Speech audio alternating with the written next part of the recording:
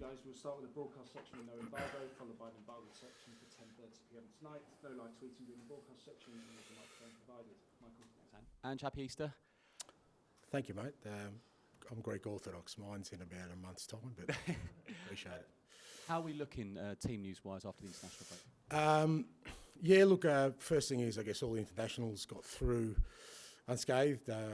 Most of them got some meaningful game time too, which is important. So they've all come back all good. And in terms of their injuries, obviously Mickey was the one that missed the last game. He's trained the last couple of days and available. International break, obviously, but there's been little bits of news. Obviously, a friendly arranged with Newcastle in Melbourne a few days after the end of the season. With the Euros and the Copa America looming after that, can you understand there's been a bit of criticism over the friendly? Yeah, look, I guess with all these decisions, there's always going to be kind of conjecture and scrutiny around why they're made. But, I think from our perspective, like any club, you kind of weigh up the benefits and the costs of doing something. And, we, for one reason or another, we haven't had a lot of games this year, and there's a unique opportunity for us to add a game at the end of the year. I'm obviously part of that discussion, and we're mindful of the players and the schedule. But like I said, when we weighed it all up, we thought it was still going to be really beneficial for us as a football club, and we've gone that way. I know it was a disappointing night for Wales, but shots running on Sky Sports News the next day. Just Ben Davies in the middle of his Welsh teammates, really sort of 5-minute, real passionate speech from him. I've never seen that personally all the years I've been covering Tottenham. We're kind of proud of him watching that. Yeah, look, absolutely. I love our players playing for their national teams, and I know what it means to them and for them. And look, Ben's an outstanding character. I sense that straight away in terms of the way he carries himself, the way he thinks about the game, the way he thinks about his position in the game, the influence he can have. And, I think from my perspective, the more of those kind of guys you can have in a dressing room, it helps you sort of make sure that the standards you want to create and the environment you want to create is going to be the one where it can take us to another level. And Ben's certainly one of those. And, he's been great for us every time he's played this year. Obviously, probably wanted to play a bit more, but at the same time, it's a testament to his character that whenever he has played, he's been ready to play, and he trains the house down every day. And disappointed for him, gutted for him. Obviously him and Brennan being in the team, but especially for him, because you realise at some point in your career that these kind of tournaments are eventually going to run out, the opportunity to qualify for them. So when you don't, it can be obviously pretty disappointing. Finally, and most important from me, Richarlison this week, speaking so openly. I remember speaking to you in September about it, but he's spoken this week. Really brave. A reminder, I suppose no one really knows what's going on. He spoke openly about the post-World Cup and how much he struggled. It's not just Tottenham and Everton fans, but I think everyone, millions have watched it and think so highly of him. What have you spoken to him in your thoughts? And it's just a reminder, isn't it? It doesn't matter who you are, how much you earn. We just don't know what's going on behind closed doors. Yeah, absolutely. I think I've said before, strip it all back. They're all just human beings. And no, I haven't spoken to Richie, but I think Richie has really benefited from the support that does exist, not just for him, but for others in the community. And I think because he has benefited so directly, I think he's taken on the responsibility of trying to share that around now, and it always makes more of an impact when it is somebody who's higher profile or in a position where we think, they shouldn't really have any problems, or we see it as a sign of weakness when they're looking for help and support. And it's a credit to him that he could have dealt with this privately, obviously, but I think the public aspect of it is a brave decision for him, but more importantly, it's a great sort of, hopefully, a conduit for others to reach out and seek help, when it's required. And as I said, there's always a balance to these things, and whether that's Richie or anyone else, is that you always understand that for all of us, we've got challenges in our lives, we've all got problems, and there's help you can get out there, and it shouldn't be. Hopefully get to the point where it's so overwhelming that it takes over everything else you do. And like I said, credit to Richie, he's he's sought help, he's got help, the right help, and now he wants others to also benefit from it. Hi, Ange. Obviously, you've got your full squad back together again now. Do you feel that the 2-week break came at a good time off the back of the loss to Fulham? I mean, what have you seen from your players in training today? Perhaps was it a good time to reset the emotions after that loss? Well, I mean, it's hard to say. I mean, at the end of the day, every international window is the same. You play the game, the last game before it, and whether it's good, bad, or otherwise, that by the time they leave the dressing room, they're gone for a good 10 days. So, we use that time best we can with the guys we've got back here, and then you kind of hope, like I said, they get through their international commitments unscathed. And once they get back, the key thing for us then is to make sure that when they're back with us. And part of that process is to review the last game, go through it, give them the feedback they need, and then look ahead. And training was good today. It's the first day we've had everyone in today, and they look good, they look bright, and ready to go. What has been the feedback from yourself and the coaching staff to your players ahead of the game against Luton? Look, a tough game. Luton have been ultra competitive all year. They've always, in every game, really made it hard for the opposition. I think Rob's done a brilliant job this year, considering all the challenges they've had and the challenges they've currently got with injuries. Like I said, every game I watch them, they're always competitive. They always make it difficult for the opposition, and it'll be no different for us tomorrow, and we've just got to be ready for it. We're back at home. Obviously the last game was disappointing, but we want to make sure that we get back to playing our football and be at our best, because that's what's going to be needed.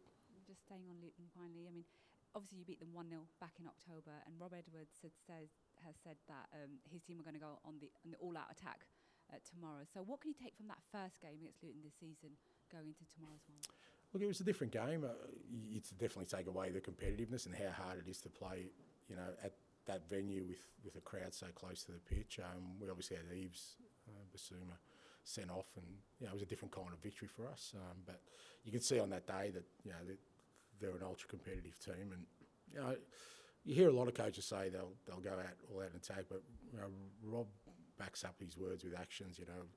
When I've seen them play, whether that's against City or Liverpool or Arsenal or any of the top clubs, they've still gone out and been really aggressive. So they're going to be aggressive against us, and we're going to be ready for it. Ange, can I just very quickly check on Richarlison? He didn't play any minutes for Brazil. Is he okay, fitness-wise? Yeah, he's okay. He's had a bit of a knee niggle that we've kind of been managing him, and I think Brazil managed him, but he trained today and he feels good, so he's available. Back on Ben Davies, got his UEFA A licence this week. I think he wants to do his pro licence before he finishes playing as well. You've obviously someone that's given a lot of young coaches opportunities. Just destroyed the chair there, mate. He's not getting my job, mate. He's got a bit of a way to go, Ben. Yeah, so. Essentially, can you spot people like Ben quite early on when you know a player can be a manager going forward? Not really. It's hard, but what you do need is, especially, I think I've said before that the demands on coaching and being a manager are greater than they ever have been, and you've got to be really committed to it. And part of that process is obviously doing your badges, which is not easy. It requires a huge time commitment, a financial commitment, and that's kind of the first part of it. And then, you're not necessarily going to start at the top.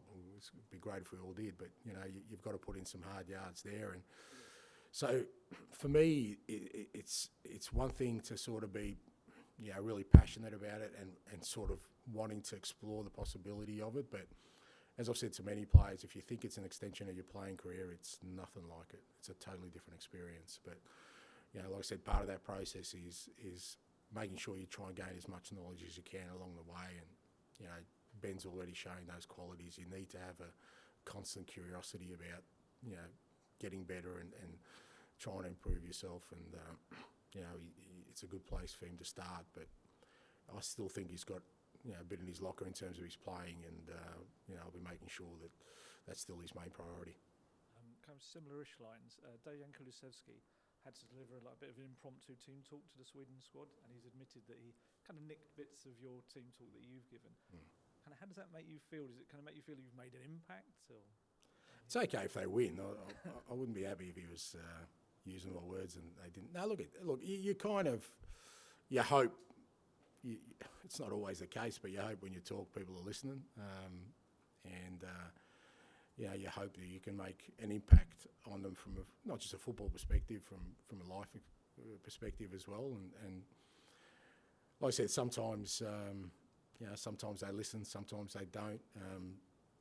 Sometimes there's probably a valid reason why they don't listen, because I can talk some garbage myself. So, but if they can take away stuff that's positive, I think that's it's great for me. But more importantly, shows me that at least I'm getting their attention most of the time. And Christian Romero said this week that he would like to play at the Olympics if possible. Obviously, you have the Copa America as well. I know obviously you like players to play for their country. Is there any concern that any lack of rest you might get this summer? Yeah, look, with all those things, I mean, the Olympics is a little bit of a different issue, because clubs aren't obliged to let players go for the Olympics, and from that perspective, we have a little bit more of a say in it than kind of other internationals, and certainly from our behalf as a club, we'll always be looking at kind of making sure that there's a balance there, and he hasn't spoken to me about it. No one's spoken to me about it, but I guess my pretty strong advice would be that with the Copa America at the same time, and hopefully gearing up for a big season next year, I'd be suggesting rest is a better policy. Just very quickly, because I just remembered it. Rodrigo Bentancur said this week he's been playing with a broken toe for last month. Does it just kind of show what a warrior he is? Yeah, it's broken small toe. He's got 9 others. It's. I don't think. I think no one can question Rodrigo's courage with what he's had to deal with recently. It's one of those things, but he didn't want to stop playing, and medical advice was he could keep playing, so he's still been training and playing. He hasn't missed a session as far as I can see, and I think he's better now anyway, so he's fine. Okay, we'll finish with George, please. Hi, Ange. I just wanted to go back to the Fulham game. When you reflected on that, what did you sort of see? What are the things you saw that you didn't sort of like about that performance? Oh, there was a whole range of things. I think I said after the game, we just we didn't work as hard as we have been in other games. It was probably the first game this year where I haven't felt our competitive levels were where they should have been. And when they're not, you're gonna pay a price, and we did on the day. I thought Fulham were good. It's a tough venue anyway. They're really good at home, and we just didn't reach certain levels, both in the physical aspect of the game, which, like I said, we've been really consistent in that this year. Whilst our actual play and our performances have fluctuated a little bit, our competitive level has always been really good. I just didn't think it was at the levels it needed to be. So, we kind of addressed that with the guys, and like I said, we're going to have to get back up to where we have been for a tough game tomorrow. And just wanted to talk about the Premier League fixture list. I mean, you've got 10 games left, 7 weeks of the season, but 2 of those games, Chelsea away and Man City home, you actually don't know when they're going to be. How sort of unhelpful is that kind of uncertainty, which you wouldn't sort of normally associate with the so-called best league in the world? Well, I mean, I guess, it's been, look, I think I said before, it's been a real weird season from that point of view of just there hasn't been any real consistency or flow to our season. Some of it self-inflicted, because obviously we didn't have, long cup runs. We weren't in Europe. But it just feels like we've always had some sort of disruptions, weekends off, or, midweek games at unusual times, uncertainty. So it's just been that kind of season for us. We've just sort of got to get on with it. At the end of the day, like I said, we know we've got 10 games to go. We know when the last game is, and we'll have to play the other ones in between and just be ready for them. Okay, we'll end the broadcast section there. We'll move on to the embargo.